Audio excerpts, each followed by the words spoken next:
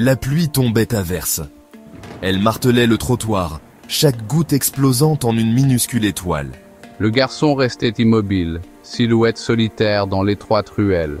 Son sweat à capuche bleu foncé, orné de kanji qu'il ne pouvait déchiffrer, ne le protégeait guère du froid.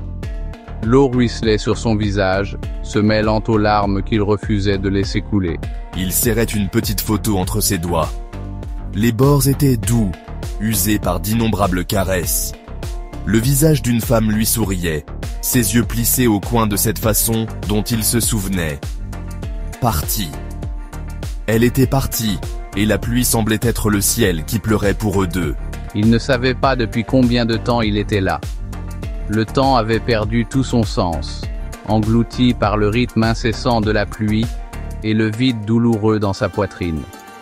Les néons qui clignotaient au-dessus, faisant la publicité de ramen et de karaoké, projetaient un kaléidoscope de couleurs sur le trottoir mouillé. Chaque reflet, un souvenir fugace, un fragment de ce qui était. La ruelle débouchait sur une rue plus calme.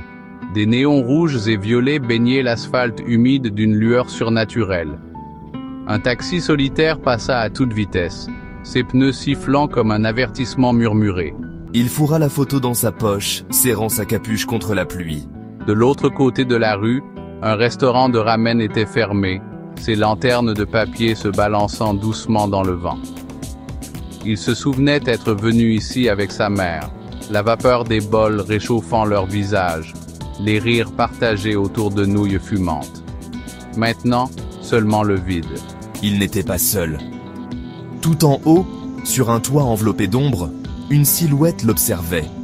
Une silhouette se découpant contre le ciel strié de néon, ses traits obscurcis par l'obscurité. Le garçon sentit un frisson lui parcourir l'échine, une conscience aiguë qu'il était observé. Mais dans quel but? Il ne pouvait le dire. Il accéléra le pas, ses chaussures résonnant sur le pavé humide. La silhouette resta sur le toit, sentinelle silencieuse dans la nuit. Le wagon du train était presque vide. Il trouva une place près de la fenêtre, le verre froid contrastant agréablement avec la chaleur fiévreuse qui montait en lui. Il mit son casque, la mélodie familière de son groupe préféré, une vaine tentative d'étouffer la tempête qui faisait rage en lui. Dehors, les lumières de la ville se brouillaient en stries de couleurs.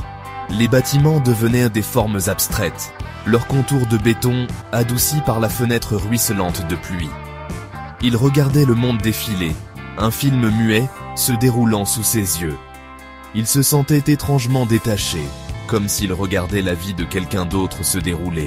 Un vieil homme était assis en face de lui, les yeux plissés par l'âge et l'expérience. Il jeta un coup d'œil au garçon, une lueur de reconnaissance dans son regard. Où était-ce de la pitié? Le garçon ne pouvait le dire. Il détourna les yeux, se réfugiant plus profondément dans le sanctuaire de sa musique et de son chagrin. Le train continuait sa route, l'emmenant loin de la vie qu'il avait connue, vers un avenir incertain. Le train s'arrêta brusquement, le ramenant au présent. Il descendit sur le quai, l'air épais d'une odeur de pluie et de sel.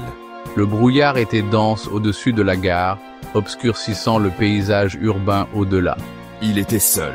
Les autres passagers s'étaient dispersés, avalés par le brouillard et la nuit. Il retira sa capuche, laissant la brume fraîche se déposer sur son visage. Il prit une grande inspiration, l'air vif et pur dans ses poumons.